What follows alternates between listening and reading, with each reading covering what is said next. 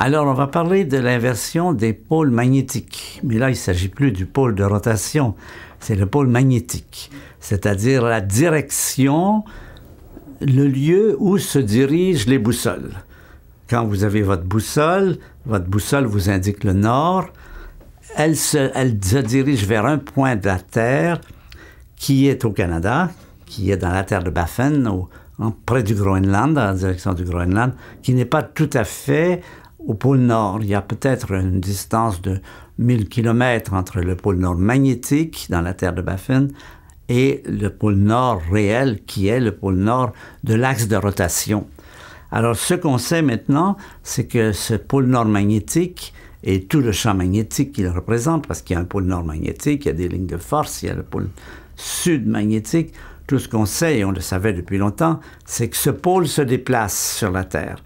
Il se promène autour des régions du Grand Nord, il ne va pas très loin, mais il a des déplacements. Et d'ailleurs, les aviateurs reçoivent régulièrement des cartes magnétiques leur disant comment le pôle Nord s'est déplacé depuis quelques jours ou quelques semaines. C'est devenu très précis. Et c'est très important pour eux, parce que si le pôle Nord s'est déplacé, eh bien, comme ils ont des systèmes de guidage qui, entre autres, servent de bien d'autres choses, mais entre autres se servent du pôle Nord, ils ont besoin de savoir quelle est la direction du pôle Nord pour pouvoir s'orienter. Alors, ce qu'on a découvert, effectivement, c'est que ce pôle n'est pas fixe sur la Terre, il se déplace, et en particulier, il s'inverse.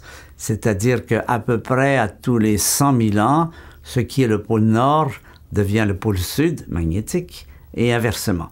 De sorte que si vous aviez une boussole au moment où ça se produit, vous verriez votre boussole qui changerait d'orientation, qui viendrait dans l'autre direction.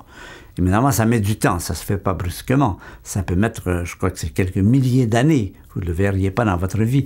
Mais les oiseaux en ont besoin, parce que beaucoup d'oiseaux migrateurs utilisent le champ magnétique pour se diriger. Donc, qu'est-ce qui se passe si le pôle Nord change? Eh bien, les oiseaux s'adaptent. Ils se sont adaptés plusieurs fois. On sait que ce pôle magnétique change à peu près à tous les 100 000 ans, mais ce n'est pas très régulier. Et donc, les oiseaux ont le temps de s'adapter et se dire, ah ben maintenant, le Nord, c'est plus par là, c'est dans la direction opposée.